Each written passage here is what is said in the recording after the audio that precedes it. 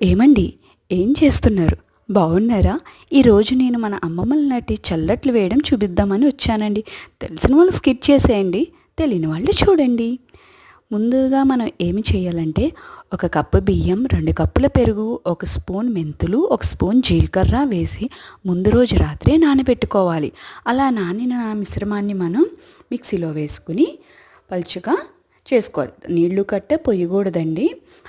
పెరిగి మనకి ఇలా పలుచగా వస్తుందన్నమాట. పలుచగా ఉంది అట్టు రాదేమో అనుకోకండి, వస్తుంది. ఆ మిక్సీ పట్టిన దాంట్లో మనం ఉల్లిపాయ, పచ్చిమిరకాయ, అల్లం, జీలకర్ర, సరిపడగా ఉప్పు వేసి బాగా కలుపుకోవాలి. అలాగే స్టవ్ మీద మనం పాన్ పెట్టి ఇలా ఆయిల్ వేసుకుని దాని చుట్టూ స్ప్రెడ్ చేయాలి. స్ప్రెడ్ చేసిన తర్వాత మనం పిండిని ఒక 2 గరిటెల పిండిని వేసి, నేను వీడియోలో చూపిస్తున్న విధంగా 2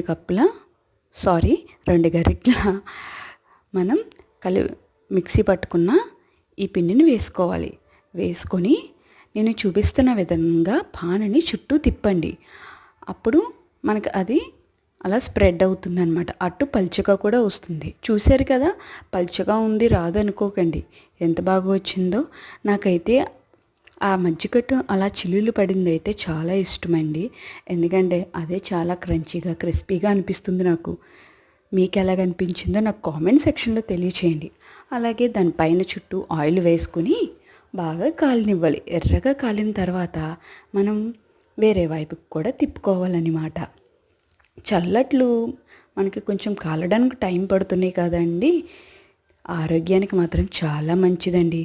ఎప్పుడైనా మనకి వేడి చేసినప్పుడు ఈ చల్లట్లు వేసుకుని తిన్నా, జలుబు చేసినప్పుడు చాలా మంచిదంటండి మా అమ్మమ్మ చెప్పేది.